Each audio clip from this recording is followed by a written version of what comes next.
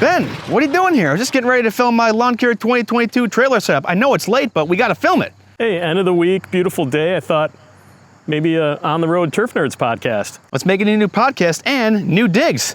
New digs as well. Let's go.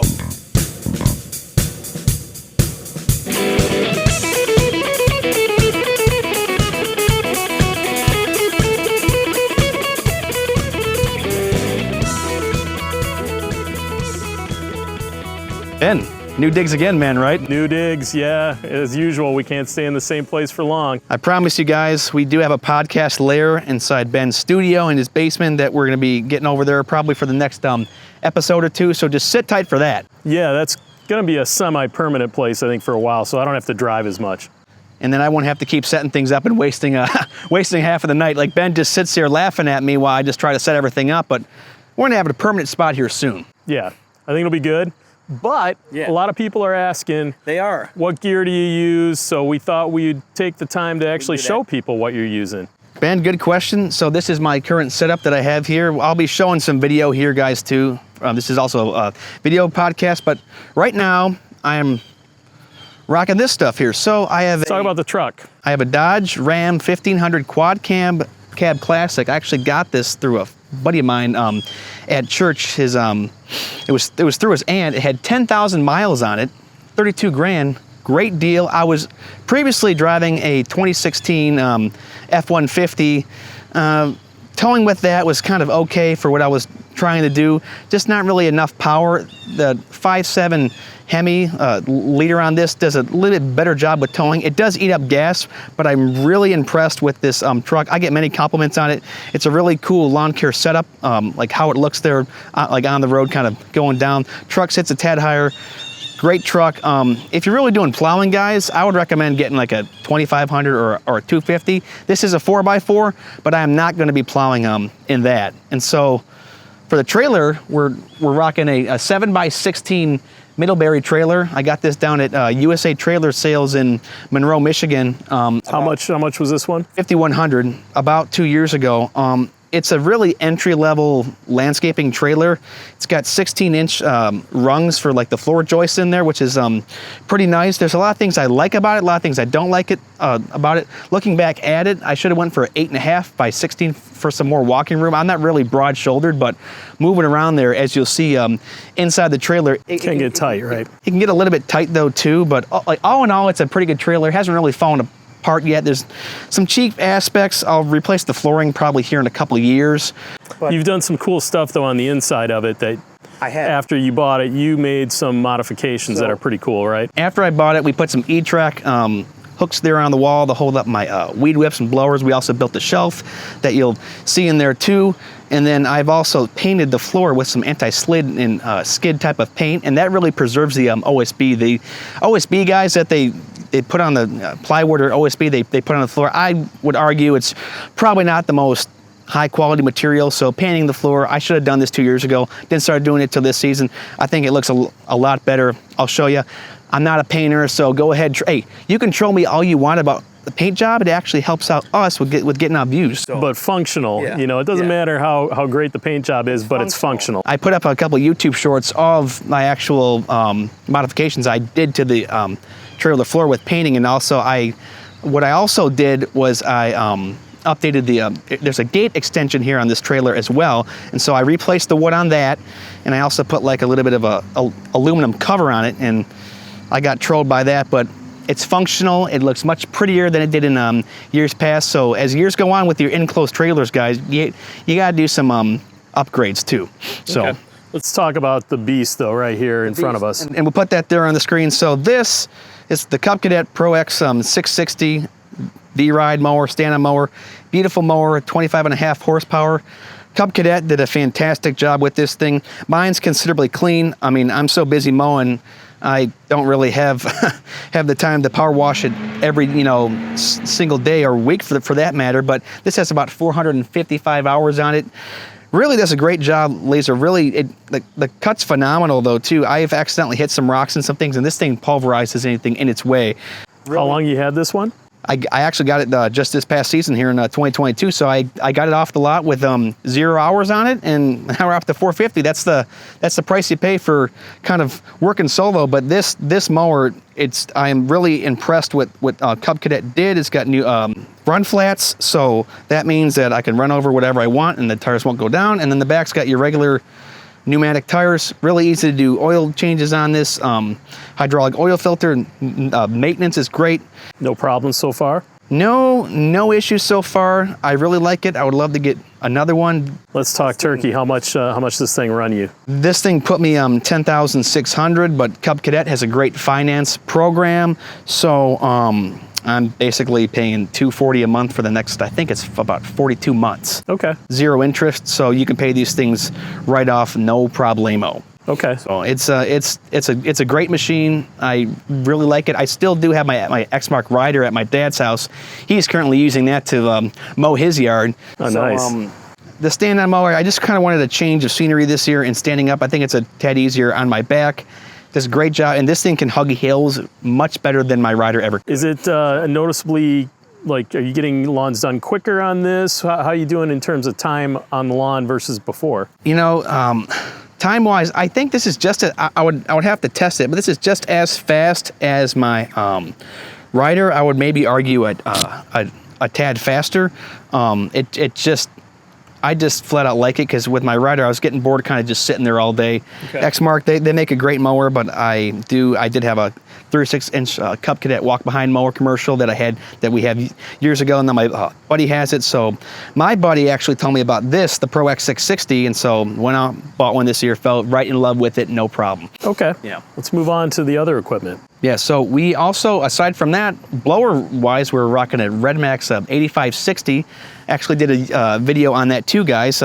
Check that out though as well. That's Redmax's latest and greatest blower. I love it. It's got more power. I actually bought this blower so I could blow on my mower, so all the trigger assembly is on one side, so I'm able to blow and mow. It's kind of cool. I haven't really gotten hurt doing that yet. You do have to be a little bit careful sometimes blowing, because the Redmax blower is so good. Sometimes I've almost blowed myself off of the mower, for lack of a better term, but great blower, really like it. Let's talk cost. I always like to know the numbers. Cost, this, I think I actually got this blower 20% off. I think it sat me $590. Okay. So not too bad. Aside from the blower, my main whip of choice, or weed whip of choice, is Redmax's 2060 TS. It's a light whip. Yeah, I did take the guard off, even though I made YouTube shorts about not taking your whip guard off.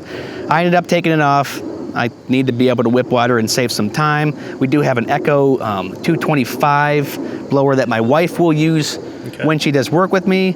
You have another piece of Echo equipment too, don't you? Echo hedge trimmer that my Uncle Greg and I went in together on it. Greg, this is Greg. Guys, keep sending those impressions in.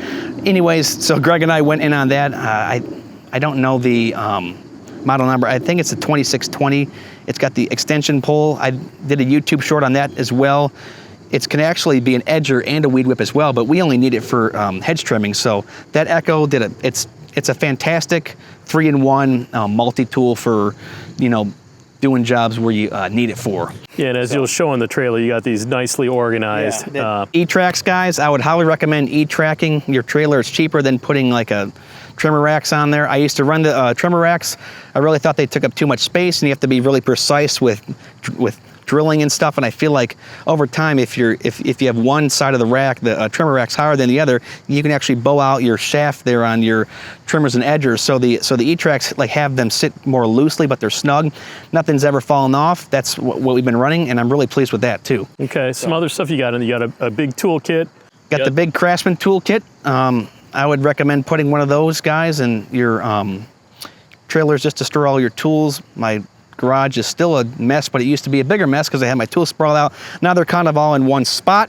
And then above that tool chest, if you guys can see on the video, a buddy of mine, we built a trailer shelf in there. Highly recommend that. I don't have a lip on the shelf yet, but the way we kind of built it, it kind of angles slightly down, so everything actually stays, doesn't move around. Less than $100, we went and we put a rack on there, and we actually have the racks hanging off of E-Tracks too. So And I noticed there you had a no one knows chainsaw in there. We got a still Wood Boss chainsaw that I use here and there for jobs like that. Scepter gas cans. Yeah, you got some big two- mama gas cans in there. Two 14-gallon gas cans, and then we have a short can, 5-gallon can for when I want to fill up gas a little bit quicker. And I'm just chewing through gas this year. That's just the state of how things are right now. So, but Okay. and then for my edger though too, for the edger it's a Redmax 3060 edger. I don't think it's 360. It's a 3060. That thing cuts through butter. I did a YouTube short on that where I had an edging job. It was overgrown, never been done. I put the Golden Edge edger blade on there. Recommend that blade, guys, for edging overgrown stuff. And the 3060 just cuts through like butter. Recommend that edger. That cost roughly $500. Okay. So. Anything that you're looking to upgrade in the near future, or are you pretty well set for now? Well, near future, I would like to probably get a wider trailer. I mean, this is a MTI Middlebury trailer. I would like the 8.5 by 16, maybe an 8.5 by 18, guys. But budget, guys, budget for what you actually need things for. I see guys drive like 2500s in big trailers and they're cutting grass. I'm like, you're wasting gas there on the road. Only tow what you need to tow. So I actually don't really need to do any future upgrades anytime soon, except for maybe totally replacing the trailer flooring probably in the next 2 years. Truck, I just got this with 10,000 miles on it. I'm up to 13,000 miles on it. We're almost through the 2022 season of mowing. So only spend money on things that you really need, and there's proper debt to get into. So that can kind of speak for itself. Once you went to the trailer, did it take you some time to get accustomed to driving with that thing? Because it is a lot bigger, a lot longer than maybe what you had before with the open gate. Yeah, we used to rock open trailers. I rocked a 7x10 for a longer time. I actually think it's easier to drive a longer 7x16 enclosed trailer.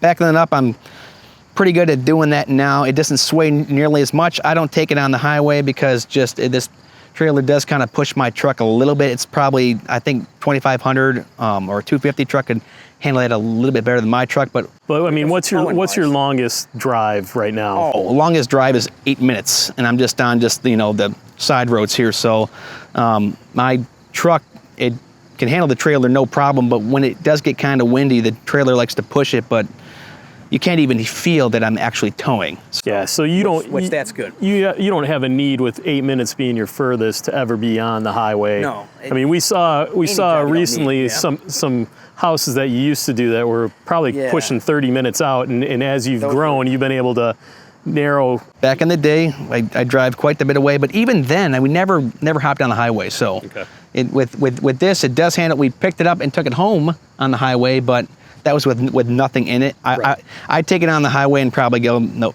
not above 65. Just people drive crazy, but this is a great trailer for just doing lawn care and doing it local here in your area. Route density is key, guys. Yeah, absolutely. So, and the truck, when you have the trailer off, how does this thing ride as like the family ride? Oh, the family ride, it's much smoother than my 2016 F-150 was. I love that truck, but this is more forgiving over potholes and bumps than my F-150 wasn't. And so it's just, oh no, I think Dodge, they did a great job here with, this is a 2019 quad cab classic. It's got the nice 4-door, so we will put our baby boy or girl in there in less than 1 year. So it's a good riding truck. Okay, anything else you want to show us? I think that's basically it, guys. We just wanted to give a crash course of my 2022 lawn care trailer setup video. Sorry this was kind of late.